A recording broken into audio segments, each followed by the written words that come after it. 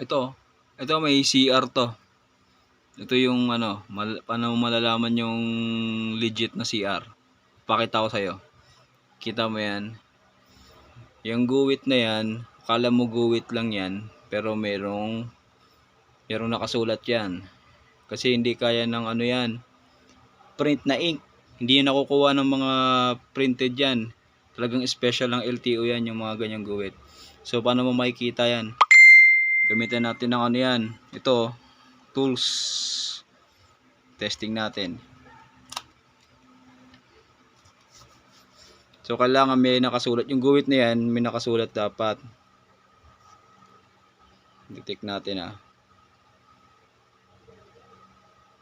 Ayan Ayan. LTO, DTC, DTC, LTO.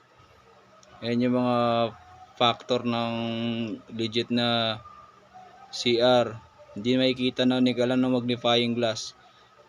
Pagkatapos dyan, itong black, meron din yan. Akala mo guwit lang yan. Meron din yan. Ayan Hindi yan kaya ng ink. Ink. Yan. Ayan yung black na yan. Ayan yung guwit na yan. Alam mo ano lang. Meron pa. Paano malaman yung CR dito? I-check mo dito. Ito yung sa baba ng sa baba ng Yamaha sa may gross weight. Meron nakasulat diyan. Gross weight. Taas natin.